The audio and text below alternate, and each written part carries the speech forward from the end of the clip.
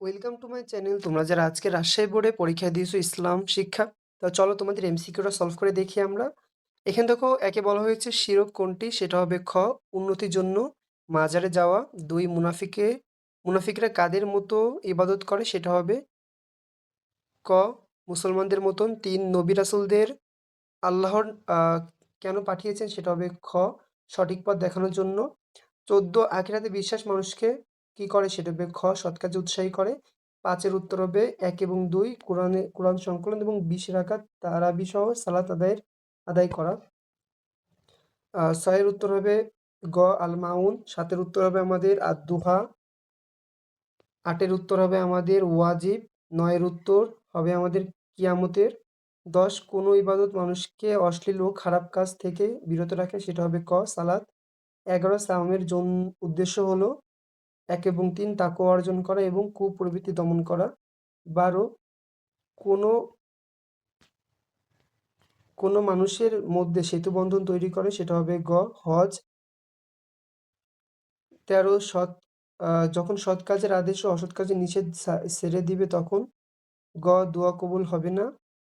14 ঘুষদাতা ও ঘুষখোর উভয় জাহান্নামী। এই হাদিসটি কোন হাদিস সংগ্রহের, সেটা হবে গ তাবারানী। এরপরে দেখো আমাদের রয়েছে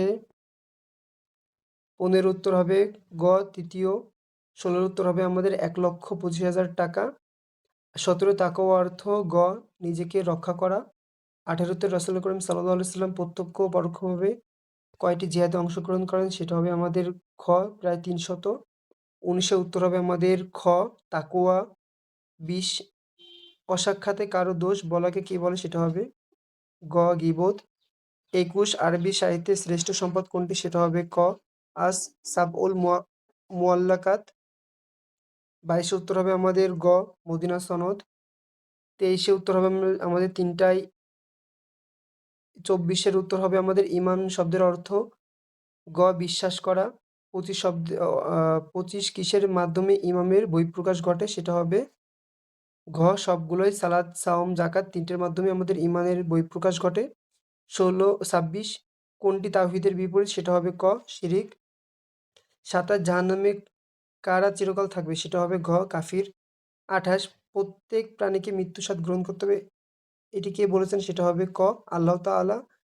29 এর উত্তর হবে আমাদের ক 1 এবং 2 ঈমানের অভিনয় করা এবং মুসলমানদের গোপনে ক্ষতি করায়। 30 আল্লাহ তাআলার সাথে কয় ধরনের শিরক করা হয়, সেটা হবে গ 3 ধরনের। তো প্রিয় শিক্ষার্থী বন্ধুরা, তোমাদের কার কয়টি এমসিকিউ হলো সেটা কমেন্ট বক্সে জানাও এবং পরবর্তী যেকোনো ভিডিওর জন্য চ্যানেলটি সাবস্ক্রাইব করে রাখো। ধন্যবাদ সকলকে।